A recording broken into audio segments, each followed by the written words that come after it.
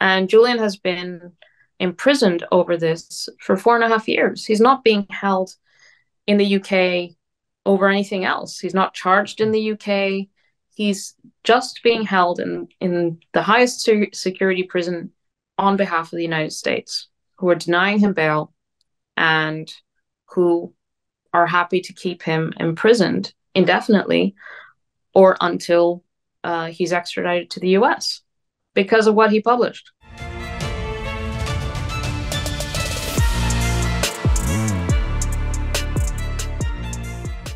Hey everybody, welcome to the What is Money Show. I am thrilled to have you here joining me on my mission to help shine light on the corruption of money.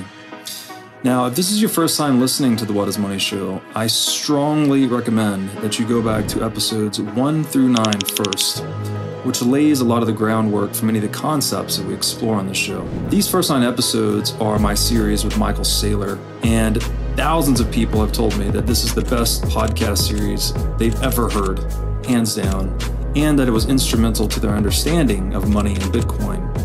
So if you're looking to start a deep dive into the nature of money, I don't think there's any place better that you can start other than episode 1 of this show.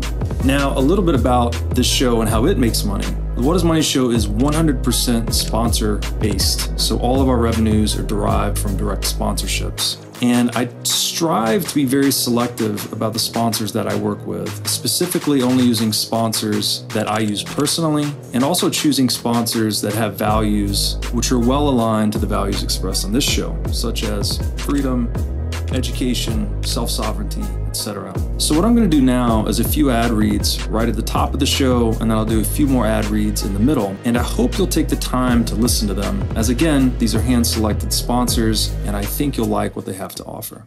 Today's podcast is brought to you by Wolf's Clothing. Wolf is the first startup accelerator dedicated exclusively to the Bitcoin Lightning Network.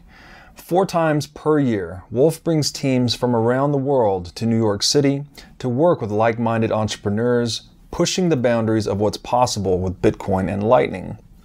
The program is designed to help early-stage companies achieve product-market fit, develop their brand, secure early-stage funding, and grow businesses that help fuel the global adoption of Bitcoin.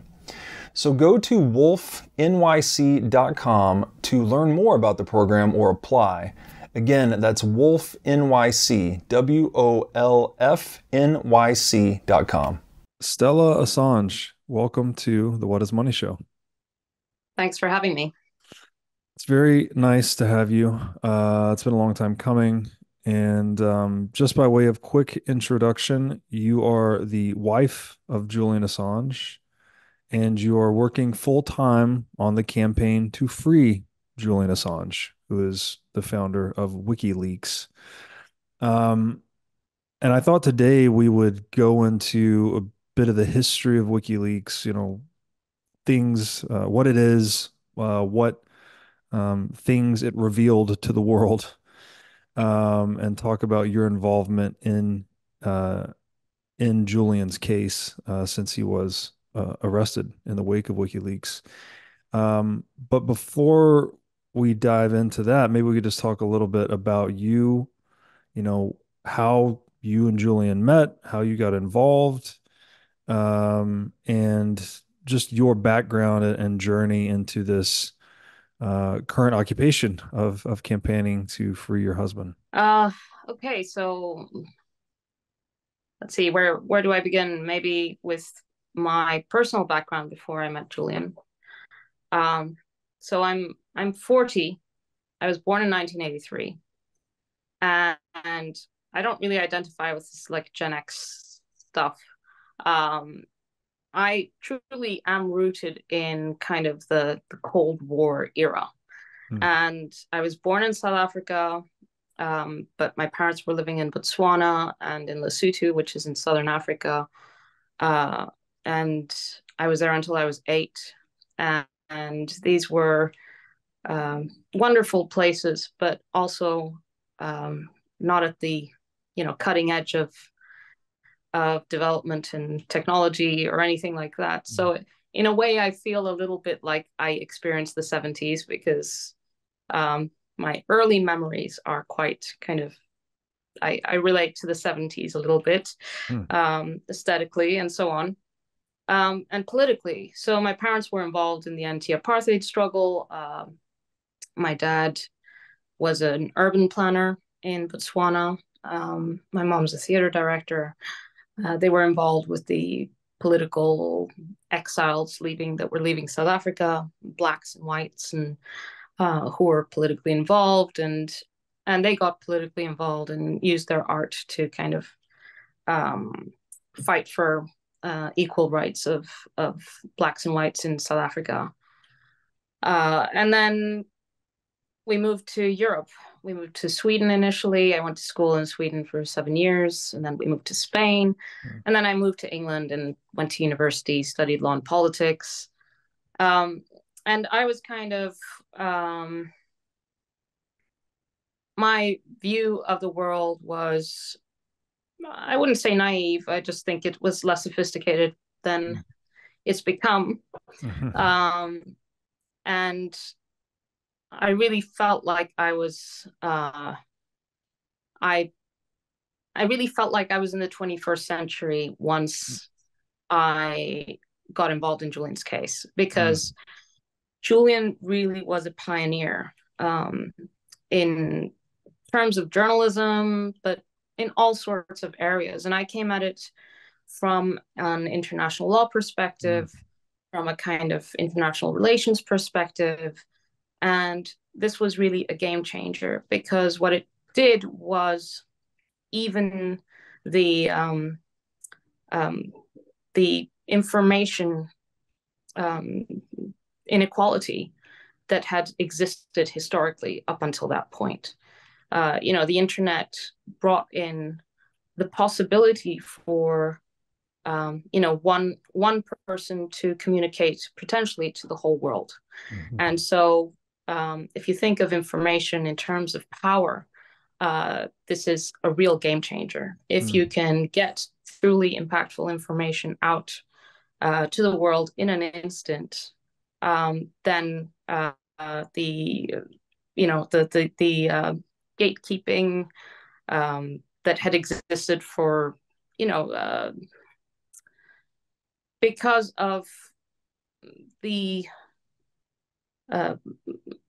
material impossibilities of that happening previously, that was just a thing of the past. And so WikiLeaks really kind of ushered in an entirely new era for journalism, for law, for history, and for all sorts of things. So WikiLeaks is much bigger than just journalism, which is often, because of the case there is against Julian, and of course we'll get into that. It has a major, a terrible impact on the ability to publish freely. It criminalizes journalism. The way the U.S. administration has deployed their criminal statutes literally criminalizes journalism. But I think it's quite a narrow lens through which to look at WikiLeaks. It kind of ushered in a completely new era, just at the same time, or more or less the same time, as basically Bitcoin, the idea of Bitcoin and the early development of Bitcoin, and Satoshi's white paper and all that. It all came about around the same time. WikiLeaks was established in 2006. It was up and running in 2007. And then the really big major leaks came in 2010. And I got involved in 2011. So in 2011, I joined his legal team, and there were multiple cases going on at the time. There was a extradition case to Sweden. And then there was the US investigation that was going on in the background that actually preceded the Swedish extradition request. And anyway, so that's the context in which I got involved. And when I first met Julian, he was a public figure. Obviously, he had already published the collateral murder video, Mm. and the Iraq war logs, the Afghan war diaries, the US State Department cables, and the Guantanamo files. And so he was at the height of his um, being a public figure. And over time, I got to know him. I got to experience from the inside how the propaganda machine, the smears, the attacks, and so on, uh, were deployed against him. And I learned a lot in the process about, all sorts of things about how the media works, Mm. about power, about who your friends are. Quite the journey you've been on, no doubt. And to echo your earlier point, it is, I guess this is somewhat natural that we move from a more naive view of the world when we're younger to one that becomes more sophisticated with experience. Although you perhaps have gone um, quite into the crucible in that learning curve, seeing a lot of these things up close, like the propaganda and the power, as you mentioned. And so, yeah, I guess what's going on here? Like, what are we living through? I, I guess my perspective would be that, the state is basically a mafia that parades itself as a human rights organization. And we've moved from a world where there are just a few distribution channels for information into one where basically every individual can be a broadcaster, as you said. So there's, you know, as many people as there are potential distribution channels for information. That's a totally new media paradigm, and that's much more difficult to contain for the state. And so I guess it seems like we're living through this shift in media paradigm where the state is struggling to contain the new technological landscape through censorship and other means. Um, and yeah, I don't know. It seems like a bright future in the long run, but the middle ground is very uncertain, and people at the forefront, like Julian, have sort of taken the arrows in the back, so to speak, pioneering this new domain. So, um, my hat is off to you for all the work you have done to support your husband in his endeavors. I think many people in our space really look up to him and what he's done. And so maybe we could talk a bit about WikiLeaks itself for those that may not know. So WikiLeaks is a nonprofit media organization that, as you said, was founded in 2006. They released a number of a great deal of information that was basically kept from the public view, that um, things that the state and governments did not necessarily want people to know about, um, which included a lot of violations of human rights and civil liberties by various governments. One that you mentioned was the July 12th, 2007 Baghdad airstrike. Um, I forgot the name you used for this, that it became known as. I'm sorry, what is Collateral it? murder. Yeah, the collateral murder videos. So this was showed a crew firing on a group of people. This is in during the invasion of Iraq, um, and they killed two Reuters journalists. Then they laughed at some of the casualties, all of which were civilians. And there was an anonymous U.S. military official that confirmed the authenticity of the footage. And this provoked a global discussion on the legality and morality of the attacks. That's just sort of one example of what WikiLeaks released. Um, this may be sort of this, the answer to this question may be somewhat obvious, but I want to ask it anyways for the audience. Why is it that WikiLeaks was so universally reviled by governments. Isn't this just simply investigative journalism at its finest and what we would expect as a necessary component of holding governments to account for their actions?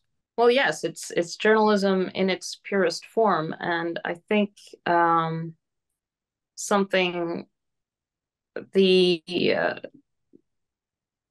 look, WikiLeaks was at the time uh, a new player, um, and was competing and uh, uh, not just competing with, but doing the job of journalism a lot better and in a much more impactful manner than all the big players that had been there, the New York Times, the Guardian, and so on. Not only was it getting better leaks, but it was willing to publish those leaks. And with the impact was so clear that there have been policy consequences as a result. I think the fear from governments is the courage of the organization and of Julian personally to take on that mantle to say that WikiLeaks would publish the information as long as it was newsworthy, as long as it was suppressed, as long as it showed some kind of public importance, legal importance, newsworthiness, diplomatic importance, and so on.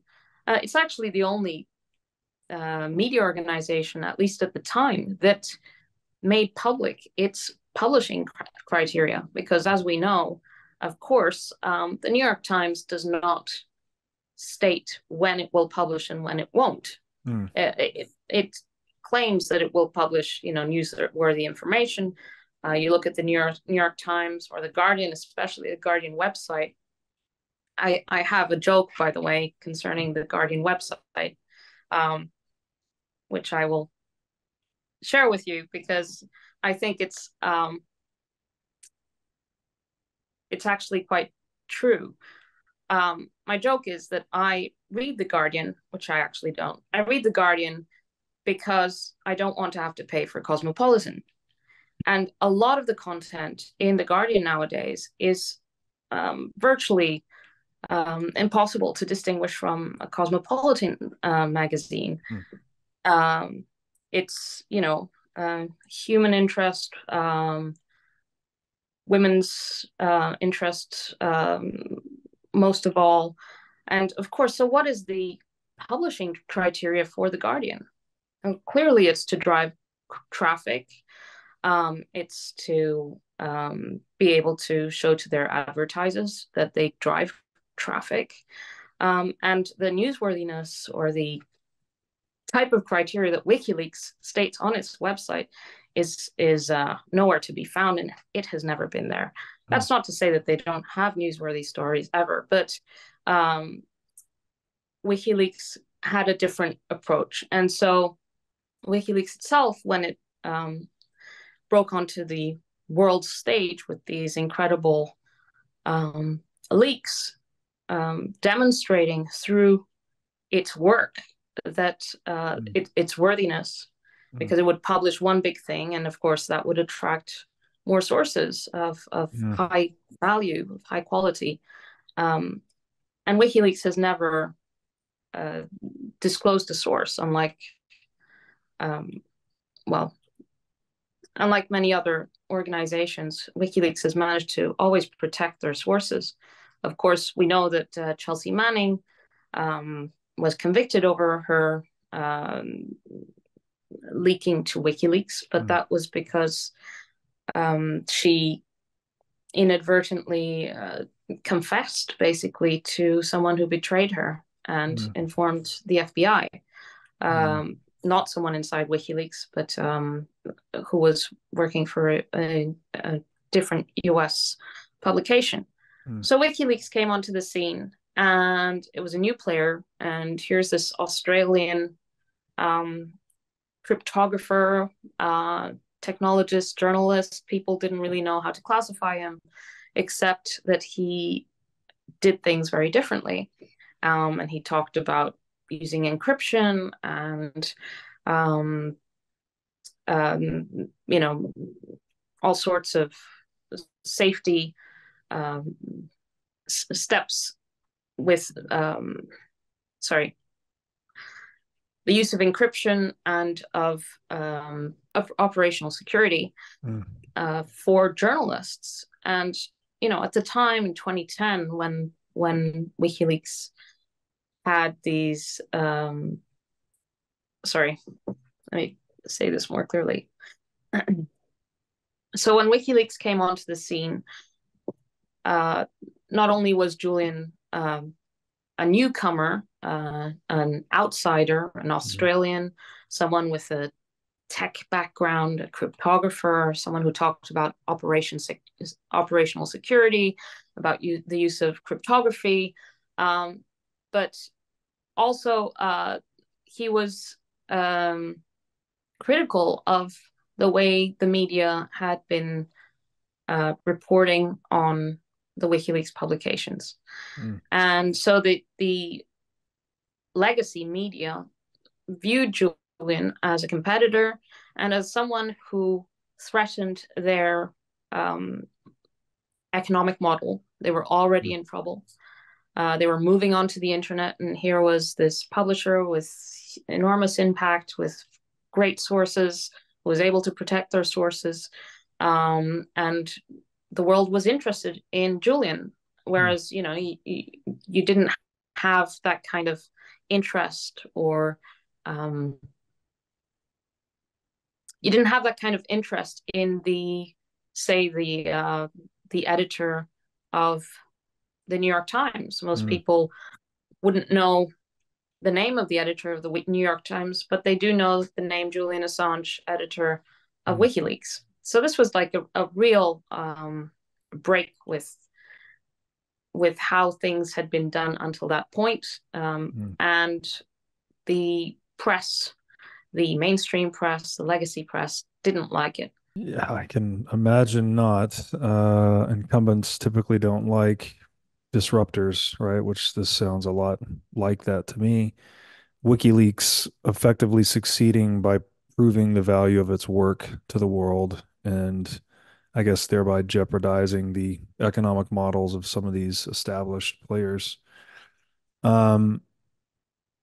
That's interesting. Well, there, and obviously that parallels Bitcoin right there, right? We always talk about the value of proof of work. So kudos WikiLeaks once again for doing the work that no one else was doing.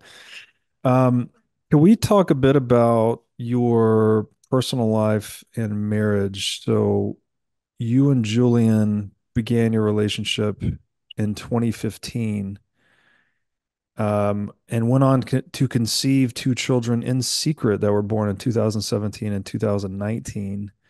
And you and Julian were married on March 23rd, 2022 in Belmarsh Prison. Sounds like an extremely challenging personal saga. Like, are there particular moments of challenge or triumph that stand out for you when you reflect on your relationship with Julian? Well, I think the fact that we've managed to form a family and get married in spite of all these circumstances has been triumph in itself. We have two beautiful sons. They're the little one's about to turn 5, and the older one's 6.5. And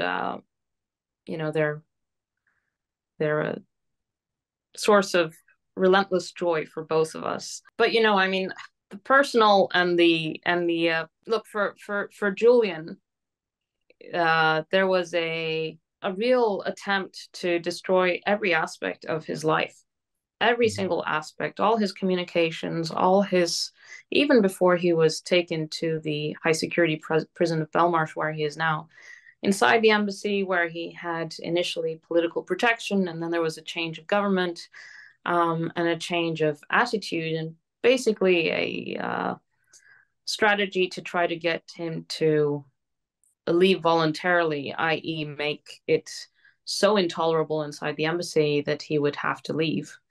um, that's a really, really oppressive situation. You have to be mentally extremely resilient and Mm. to resist that kind of thing. Because if someone controls your immediate environment, who you can see, who you can't see, who you can speak to, Mm. if you can open the window, all these things, that can really get to you. But Julian, I don't know. I think he's extraordinary, really. I don't know anyone who could have um, come out the way he did, which was, he was in a bad way when he came out of the embassy, but he was still surviving and fighting. And then inside Belmarsh prison, the first period there, the first year was extremely difficult. And then COVID hit, and there was a lot of isolation. And Mm. a friend of his inside the prison killed himself. And it's been pretty. It's been a very very difficult. Um, 13 years now of of him not having his freedom, but he has found ways to cope and to resist. And part of that has been, I think, our finding each other, and forming a union of love and support. And um, although it's personal, it also feels like an incredible act of defiance, because Mm. that's one area um, where where that's just between him and me Mm. and our kids, right? Uh, so the moment of our wedding actually really felt like a a moment of triumph, not only because it was quite a long journey to get there, to get permission. Initially, they were stalling, the prison was stalling and not really giving us reasons why they were stalling. And then um, we finally got the register to come in, and we were able to give notice. And then finally a date was given, and then there was a back and forth with the prison in relation with who could assist the wedding, Mm. in relation to whether we could have a photographer or not. Uh, we were denied a photographer. We were told only 6 people could assist, including our children. Finally, the day came, and we it felt like we owned Belmarsh Prison on that Mm. day. I mean, it really felt like we had achieved something incredible, which was to completely recontextualize that place. And in terms of the people who were interacting with us on that day, everyone was like excited. This was, Mm. this hadn't Mm. there hadn't been a wedding in Belmarsh, I think, in like 20 years or something. Everyone was excited. The press was outside. I was wearing this Vivienne Westwood um, bespoke wedding gown that was incredible. I mean, yeah, it was really special.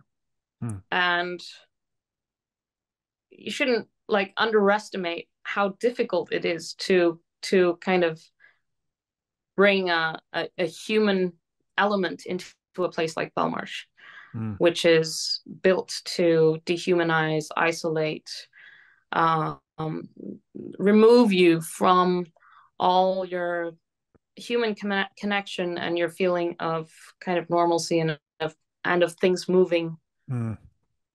Mm. on. You're like in Mm. this, yeah, you're isolated and you're like a time capsule, whereas the world just moves on. And when we got married, it was like the world came to Belmarsh. Mm. Um, so yeah, I would say that the wedding was that was a triumph for sure. That's beautiful. Just the idea of turning a prison into a wedding chapel. I mean, bringing that touch of humanity, I guess, into an institution that's premised on dehumanization. Sounds like quite the triumph. Um, Congratulations to you both. That's really cool. If you are a business owner or manager, you should know these three numbers: 36,000, 25, and 1. 36,000 is the number of businesses that have upgraded to NetSuite by Oracle. NetSuite is the #1 cloud financial system, which allows you to streamline accounting, financial management, human resources, and more. NetSuite turns 25 years old this year. That's 25 years of helping businesses do more with less, close their books in days rather than weeks, and to drive down cost. And finally, 1, because your business is one of a kind. So with NetSuite, you get a customized solution for all your key performance indicators in one efficient system with one source of truth. NetSuite is everything you need all in one place.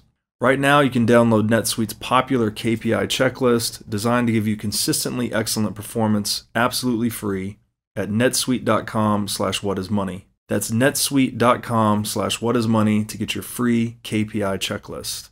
Again, netsuite.com/whatismoney.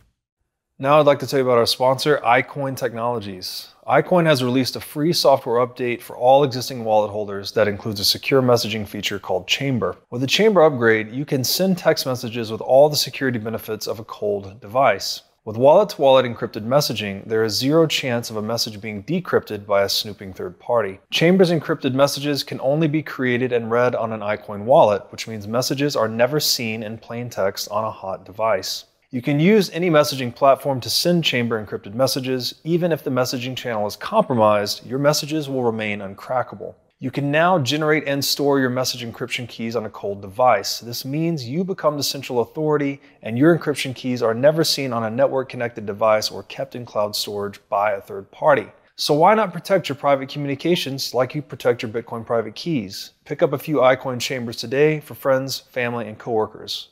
With the iCoin Chamber, your privacy is built right in. Go to iCointechnology.com today and use promo code Bitcoin23 for 30% off of this new sleek hardware wallet.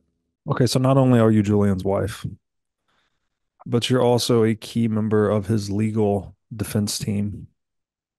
Could you just perhaps describe the nature of some of the legal battles you've been engaged in on behalf of Julian?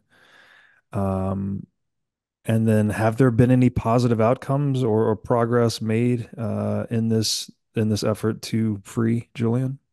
Julian's case is really quite simple. He started WikiLeaks, which is a publishing organization. WikiLeaks has been incredibly successful, published the most groundbreaking leaks in journalistic history. I don't think that's disputed. Mm-hmm. And the backlash is not because WikiLeaks was unsuccessful, but because WikiLeaks was incredibly successful. Mm-hmm. And there is an effort to try to turn Julian into a deterrent, to stop others from following the example, not simply the model, but the courage to publish. Because actually, there's a really interesting, it's a short article by Jack Goldsmith, who was his assistant attorney general under a Republican administration. I can't remember which, but he's like a First Amendment scholar at Harvard. And he said that, actually WikiLeaks, the US press has become WikiLeaksified or something like that. It's called the WikiLeaksization of the American press. And that is to say that actually the technology that WikiLeaks pioneered, what he brought to journalism, the encrypted Dropbox, the use of Tor, of encrypted chats, which in 2010 was quite specialized, and now you have other technologies that use encryption, even though, anyway, we know there are vulnerabilities and so on, but it's become kind of normalized. And the other aspect was that WikiLeaks introduced the partnerships between media organizations when you have big data sets in order to maximize the impact, maximize the ability to investigate stories and so on. So these two aspects are now pretty mainstream. All the big newspapers do it, but that's what WikiLeaks pioneered. So what is it that WikiLeaks represents differently? And that is the courage to publish the most significant leaks. So war crimes, the publications about the Hillary Clinton campaign and the lead up to an election. And actually, it's maybe controversial in some quarters, but there was a lawsuit that was brought by the Democratic National Committee to before the Southern District of New York, an attempted lawsuit against WikiLeaks and Julian, and the judge in that case ruled to throw out the lawsuit, and he did so on First Amendment grounds. And he said, well, actually, information about a political candidate in the lead up to an election is the most significant information, the highest public interest that one could find for the public. You know, you can't find anything that's more important than to be able to have access to information about a political candidate. And if a media organization holds such information, it's not that they wouldn't look. There's this misconception that if a media organization has information about a candidate, they can either publish or not publish. And if they don't publish, then they're not influencing an election. That's not true. You're also influencing the election if you don't publish. And in fact, you have an obligation to the public. Like that's what you say you are, the kind of the champion of the public interest. And if you possess such an information, then your obligation is to make it available to the public. So anyway, the case that has been brought against Julian concerns the Chelsea Manning leaks. So these are the Iraq war logs, the Afghan war diaries, Guantanamo Bay detainee assessment briefs, the diplomatic cables, and the collateral murder publication. Those 5 big publications. And what is alleged is that Julian entered into a conspiracy with Chelsea Manning to publish to the public, and also that he received, obtained, possessed, and communicated that information. And that is defined as a crime for the very first time. And the Espionage Act, which is what is used here, has been used for the first time against a publisher. And it's a terrible piece of legislation. It was brought in 1917. As I said, it's never been used against a publisher before, but it is very broadly worded, very kind of very sloppy and dangerous piece of legislation. And there was a case in 1984 in which a source was prosecuted under the Espionage Act. His name was, I have it here somewhere. Okay, so Morrison, he was a source. He gave some photographs to a military journal in Britain, and then got prosecuted over it. And one of the Fourth Circuit judges who ruled in that case said that, you know, yes, it's been used against a source, but it wouldn't be used against the press ever, against a publisher, because there would just be such an outcry that would never be allowed to happen in the future. And of course, what has happened is that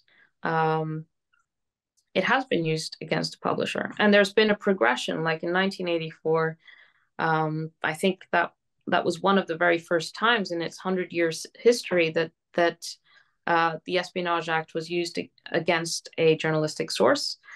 But under the Obama administration, in fact, the Espionage Act started being used routinely against journalistic sources. So there was a real shift under the Obama administration. They started expanding the scope of the Espionage Act, and it was being used more in the journalistic context than in any kind of espionage context. And then under the Trump administration, it went even further. And this was in the context of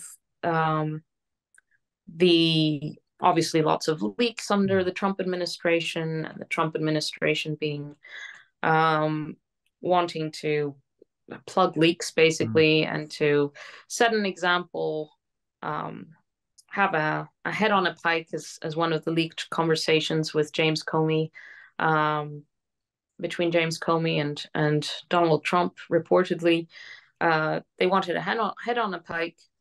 And so it was in that environment in which the Espionage Act was expanded even further. And Julian's indictment came in 2018. And also, I think probably would not have come if it hadn't been for Mike Pompeo, who was head of the CIA at the time, who was really pushing for Julian to be not only indicted, but kidnapped, murdered, etc.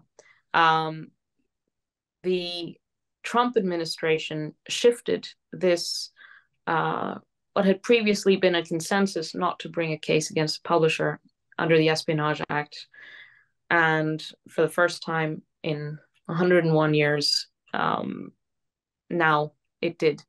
And so Julian is indicted under the Espionage Act, charged 17 counts under the Espionage Act, 175 years potential sentence, and the consequences for journalists, not just in the United States, but everywhere in the world, is catastrophic. Because it's not just the fact that Julian is being prosecuted literally for receiving and possessing and communicating information to the public. The act of allegedly communicating with a source is cast as a conspiracy. It's not that the underlying facts are any different than they were under the under the Obama administration. In fact, the Obama administration had declined to prosecute Julian. According to the DOJ, they said he's a publisher, he's not a hacker, and the Obama administration was not willing to bring a case because there was not a way to differentiate what WikiLeaks had done from anyone else. It's what they called the New York Times problem. And what's happened over time is an environment that has been more pro-censorship, more control of information, and more germane to criminalizing journalism. And ultimately, I think that's where we are. It's not about the threat that it would pose if Julian is extradited, down the road, he's on trial in the United States. No, it's already there. They took that step. And the only way to actually undo it, and they wouldn't be undoing it entirely, would be to drop it entirely, or to pardon Julian, presidential pardon prior to him being extradited or anything like that. But anything short of that is an absolute disaster, because this is now the status quo. And Julian has been imprisoned over this for 4.5 years. He's not being held in the UK over anything else. He's not charged in the UK. He's just being held in the highest security prison on behalf of the United States, who are denying him bail and who are happy to keep him imprisoned indefinitely or until he's extradited to the US because of what he published. It's really unbelievable. Just in the looking at it through the lens of free speech, it just doesn't make any sense at all. And this idea of the Espionage Act, I think it really highlights the danger of loosely worded legislation, where you can just cast this very wide net and implicate individuals that are basically doing anything, right? And engaging in any action at all can be interpreted to, in one way or another, I guess, be contrary to national interest.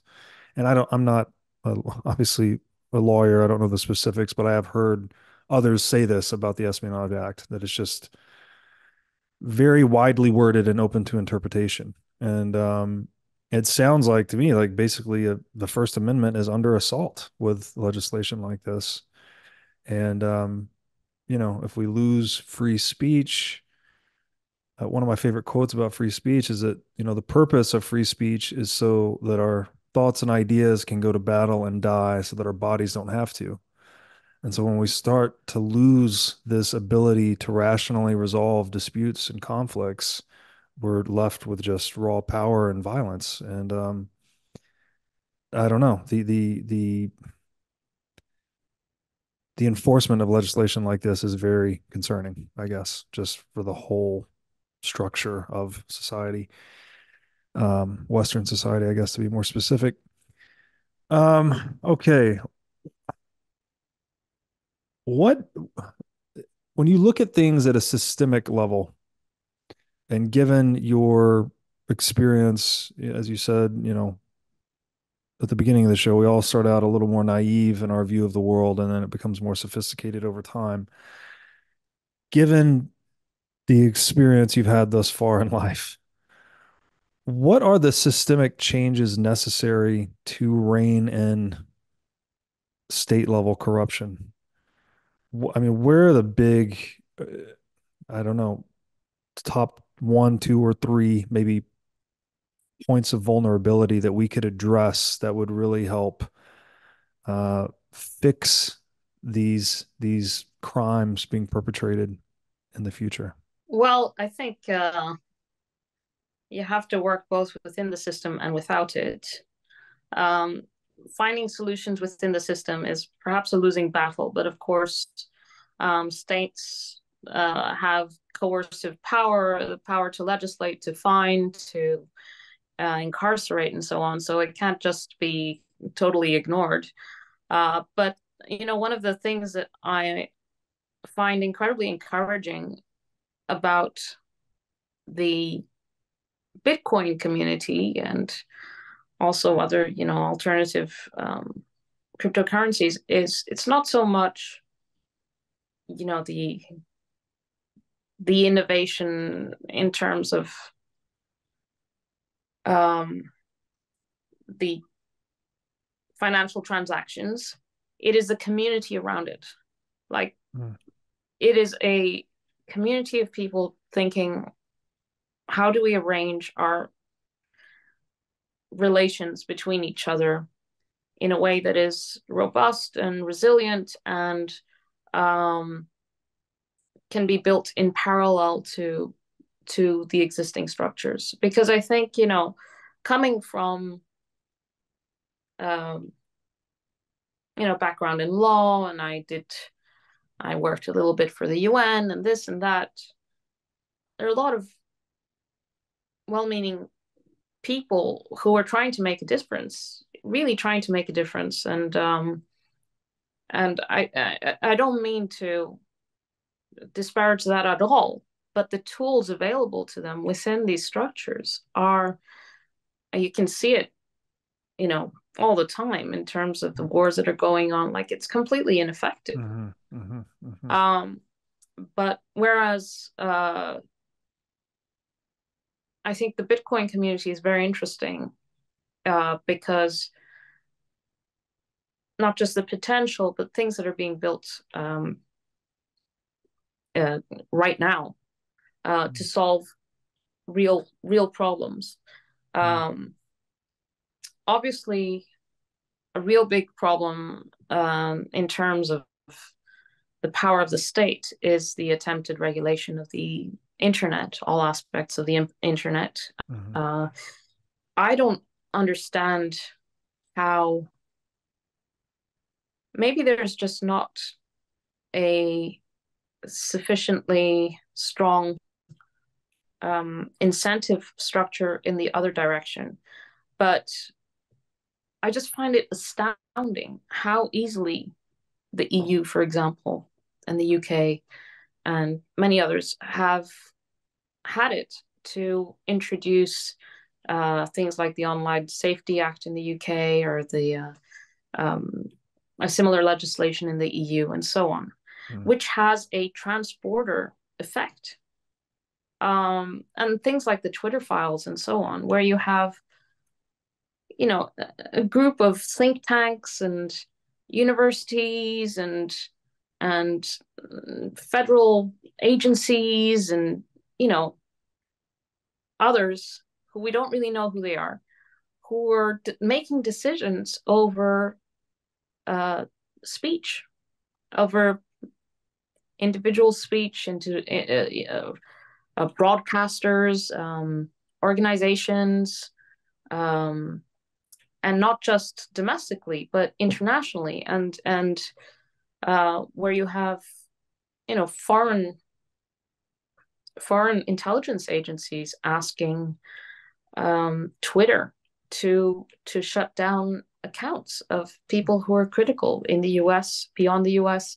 It's just mind-boggling. And so you think, okay, so lots of people believe in free speech, supposedly, but where is the counterweight to this? There is just not, and I understand it, like, you know, you're at university, you don't know what to do with your life, and then there are all these think tanks or whatever, or academic positions involved in moderating information. And on top of it, you can be virtuous and say that you're countering malinformation and disinformation, and, you know, helping democracy and preventing this and that.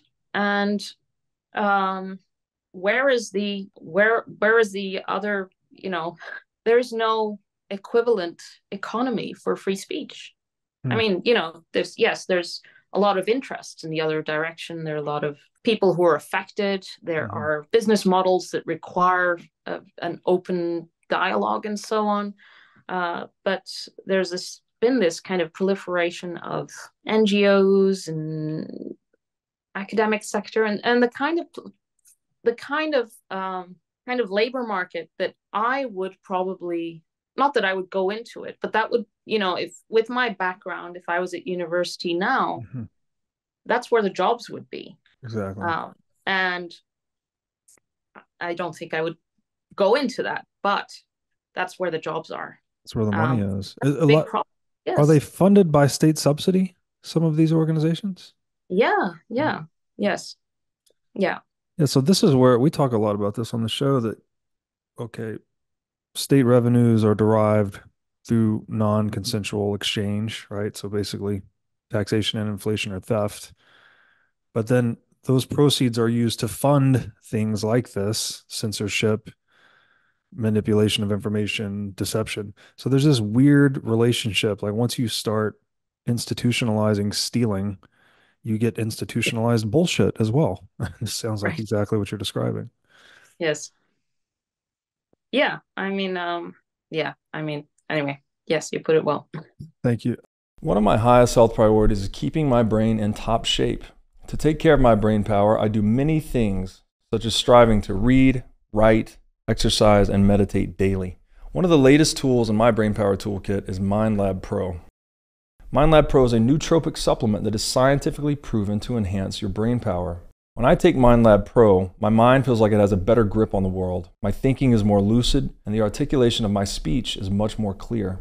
MindLab Pro has been tested in rigorous, double-blind, placebo-controlled human trials and has been proven to enhance brain power for users in every age group. MindLab Pro is an advanced formulation of 11 nootropic ingredients and is backed by research from 1,473 human trials conducted over a period of 32 years. So if you're looking to start enhancing your brain power, MindLab Pro is an excellent solution. Go to mindlabpro.com/breedlove to start enhancing your brain power today. Again, that's mindlabpro.com/breedlove. Now I'd like to tell you about our sponsor, CrowdHealth. CrowdHealth is a crowdfunding platform for paying medical expenses in lieu of an insurance policy. CrowdHealth recently announced that it is integrating Lightning payments with Breeze's Lightning SDK. In the United States, we spend more than twice the average amount of money on healthcare than other developed nations. Medical costs are one of the leading causes of bankruptcy in the United States, and it is not a secret that the medical system in the US has many issues. The CrowdHealth model is based on offering an alternative to the conventional insurance policy at a cheaper price point. For a monthly membership fee of $50, CrowdHealth will negotiate medical bills to get the cheapest price possible, help locate healthcare providers, offer access to their member crowdfunding service, and more. Prior to the Breeze integration, CrowdHealth had been functioning over traditional fiat payment rails, which introduced unnecessary transaction fees and delays in settlement. By integrating Lightning payments into the CrowdHealth business model, payments between members can now be made with near zero fees and with final settlement occurring in mere seconds. So go to joincrowdhealth.com/breedlove today to sign up. And I can't remember, maybe this was Orwell or something. He said, if liberty, if nothing else, means the ability to tell others what they don't want to hear.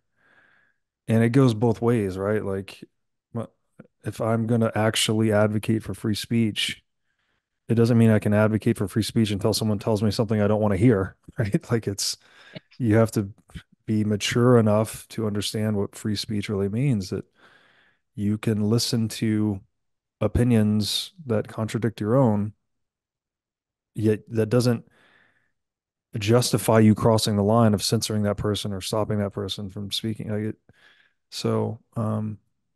It seems like a double standard, I guess, that, states, at least the US, supposedly is premised on this whole idea of the First Amendment. Yet once the First Amendment starts working against US interest, at least the modern US state, you get this whole saga with Julian and WikiLeaks. And I don't know. It's just hypocrisy at the highest level. Well, it's because they can, right? Because these kinds of the means to shut down speech didn't exist before in the same way. Mm-hmm. And not just shut down speech of the person immediately in front of you, but, on the other side of the world, or being able to erect walls so you don't actually hear what someone else is saying. Mm-hmm. All these things are now possible. And of course, once they're possible, and unless there's a strong push to legislate to, prevent that from happening, or to preserve the protections that are supposed to prevent that from happening, then there are elements of the states that are always going to try to push for that. And unfortunately, the means to shut down speech and everything derived from it are much more accessible, cheaper, more commonplace, because there have been shocks to the system. We're in a permanent state of war. We're just never at peace. We're never when was the last time, the US, the UK, etc., we're not in a state of war? We don't even talk about peace and war anymore because it's a permanent state of war, and that means that legislation that is introduced initially as if it were exceptional, there's no end date to it. And of course, there's no incentive to introduce an end date because these are powers that become entrenched, and the state doesn't want to have to do without them. It's so easy. And so our collective and individual liberties are just incredibly reduced, for sure. For sure. 10 years ago, I usually say, this is the height of freedom, of internet freedom, of journalistic freedom, and the reduction of our liberties has tracked Julian's fate. Initially, encountering, he was the first one to have PayPal, Bank of America, and so on shut down WikiLeaks donations. In 2010, as soon as WikiLeaks published the Cablegate leak, within hours, Bank of America, PayPal, and so on stopped processing the donations to WikiLeaks, because WikiLeaks is funded by readers and the average donation was like $25, and it was getting hundreds of thousands of dollars a day at that point because the support was global and it was so strong. Wow. And of course, so they shut it down, and then all the legal travails started, not just in Sweden but elsewhere. And so, you can really kind of, just looking at the backlash against Julian, you can see how things have progressed. He was inside the embassy. He was then arrested, taken to Belmarsh prison. Now, all sorts of people are having their YouTube channels shut down and revenue cut off. And this is commonplace now. It was unprecedented at the time. And so it's kind of a bit of a model for repression, what has been done to Julian. And it continues to be a model for repression. That's the function of his imprisonment, to kind of show others that this is where we are, not where we're going. This is where we are. Yeah, well said. When you give more power to the state every time there's an emergency, then obviously the state is going to engineer emergencies to gain more power. So I don't, yeah, these temporary, what is the other quote, right? There's nothing more permanent than a temporary government solution. It just, I don't know how many times we have to be beaten over the head with these lessons of history before we start actually adapting to them. But, okay, we're close to our time here, and again, thank you for going through all this with me. It's just a fascinating story, and really historic. I think whatever this paradigm shift we're going through, I mean, Julian was definitely at the vanguard, like probably the first guy through the door in many ways. Um, Standing up for basically the ethos of Western civilization, right? Freedom of speech, and yet he is incarcerated for doing so. I think you said it's been 4.5 years now that he's been behind bars. What can we do as individuals to help you, to help his campaign, to help free Julian Assange? What can we do? Well, there's a lot that can be done, because freeing Julian is correcting the course. And it should be done because the case that has been brought against him is absolutely shockingly preposterous. And everyone who has looked into it says so. I mean, you can't find a single press freedom organization, a single journalist union, a single human rights organization. I mean, any of them, Amnesty, Human Rights Watch, Committee to Protect Journalists, you name it, they are all saying that this case is the most dangerous attack on press freedom globally and in the United States. And there is a before and an after, and it is this shift, as I said, cannot be undone without either a pardon or a dropping of the case. And so there are some initiatives. That's been a good progression, I think. It could have come sooner, but anyway, there have been 24, I think, organizations that initially wrote to Biden asking him to drop it, and then to the Attorney General asking him to drop it, with all the kind of recognizable civil liberties names, ACLU and so on. Then the politicians on both sides of the aisle have joined forces to write to Biden. So there was a letter from Massey to Biden a couple of months ago. There was a delegation of Australian parliamentarians that went to Washington, D.C. to meet with the White House, to meet with the Justice Department.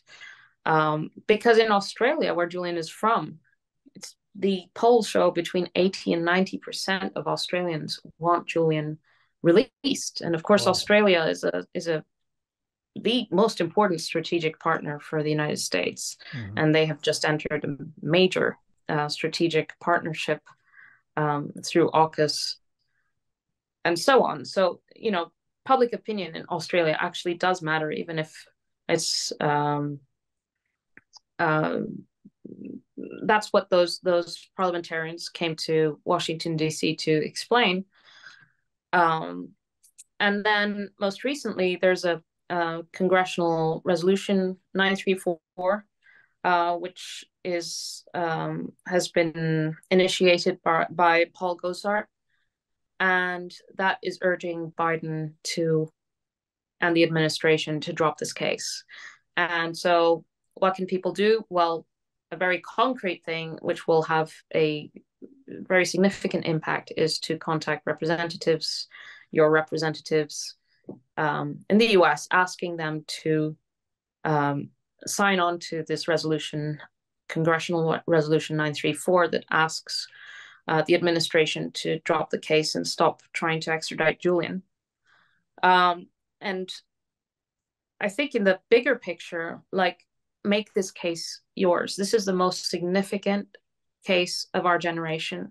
It concerns press freedom, but it's much bigger than that. It's about truth. It's the ability to speak truth and to receive it too. It has to do with the future of the internet, and also because Julian is a he's a technological pioneer, but he's also a public intellectual that is in this space. So for anyone who's hoping not just to have a future of freedoms, but also of a doer, someone who actually builds things to secure freedoms, which Julian has his entire lifetime as proof of work that he can deliver. He needs to be freed. And for people who are interested in reading about Julian, what his thoughts are, what his writings are, he's published several books. When Google met WikiLeaks, actually, that's 10 years old now, but it's also very interesting because in that it's a dialogue between him and the CEO of Google at the time, Eric Schmidt, where Julian explains Bitcoin to Eric Schmidt. And this is the first time Eric Schmidt hears about Bitcoin.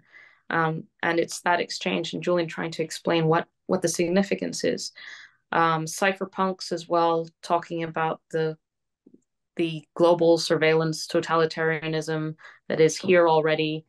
And this is in 2012, a year before Snowden came out. And it's not historic stuff. Like, it really is very current, just like clips of Julian go viral on Twitter and so on when he's talking about the Afghan war. And people are like, wow. It's this clip where he says the goal is not a successful war, it's an endless war. And what is happening is that there is a transfer of the tax bases in the US and Europe and so on into the pockets of the warmongers, basically. And if you understand that, then you understand the drivers for war completely differently.